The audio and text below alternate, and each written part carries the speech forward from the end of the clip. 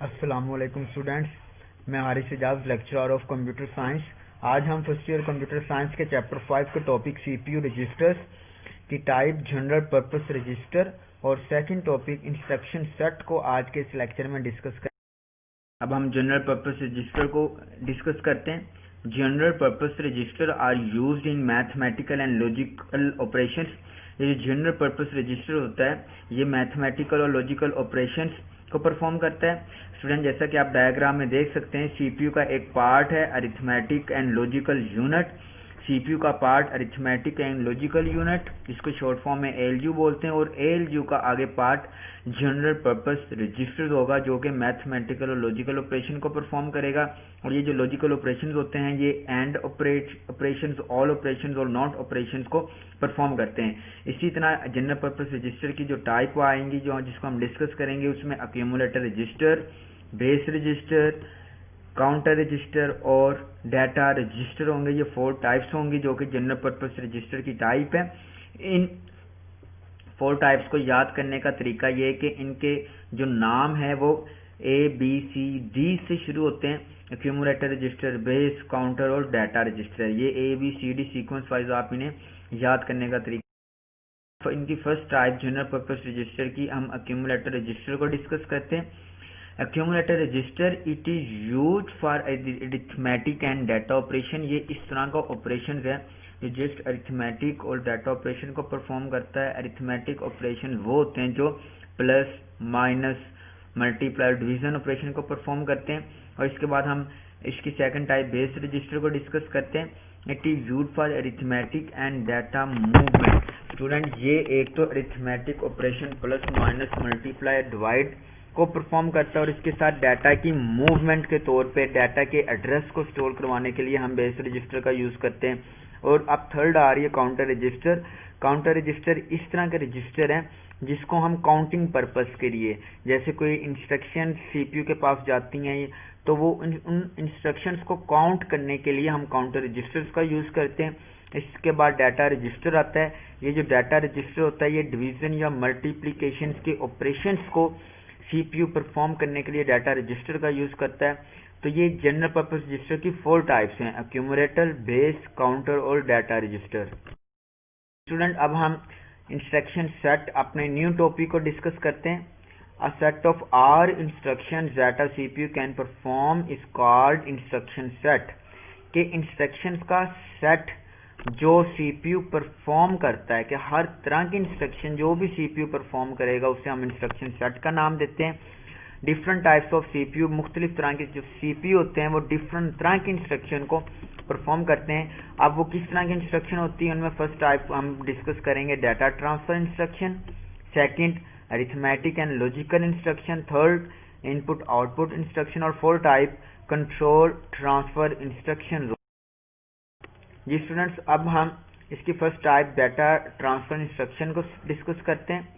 ये इस तरह की इंस्ट्रक्शंस हैं कि जिसमें हम अपने डाटा को ट्रांसफर करते हैं एक कंपोनेंट से दूसरे कंपोनेंट, यानी the instruction used to transfer data from one component to another component during program execution are called.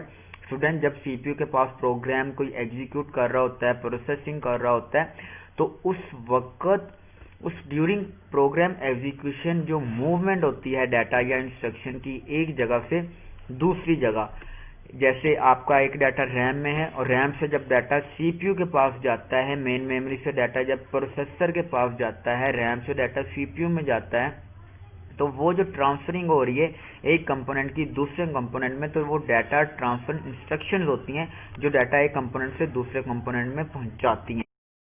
Students, अब हम इंस्ट्रक्शन सेट की second type arithmetic and logical instruction को डिस्कस करते हैं। The instruction used to perform arithmetic operation are called arithmetic instruction. ये इस तरह की इंस्ट्रक्शंस हैं जो कि अरिथमेटिक ऑपरेशन को परफॉर्म करने के लिए यूज होती है, जो कि मैंने प्रीवियस स्लाइड में भी बताया था। अरिथमेटिक ऑपरेशंस जो कि प्लस, माइनस, मल्टीप्लिकेशन और डिवीजन ऑपरेशन पे शामिल होते हैं। डिफरेंट अरिथमेटिक ऑपरेशंस आर, ये जो अरिथमेटिक ऑपरेशंस होते हैं ये addition, plus, subtraction, minus, multiplication और डिवीजन ऑपरेशन पे ये शामिल होती हैं। ये इंस्ट्रक्शन जो होती हैं ये सीपीयू का पार्ट ALU होता है जो कि इन इंस्ट्रक्शन को परफॉर्म करता है।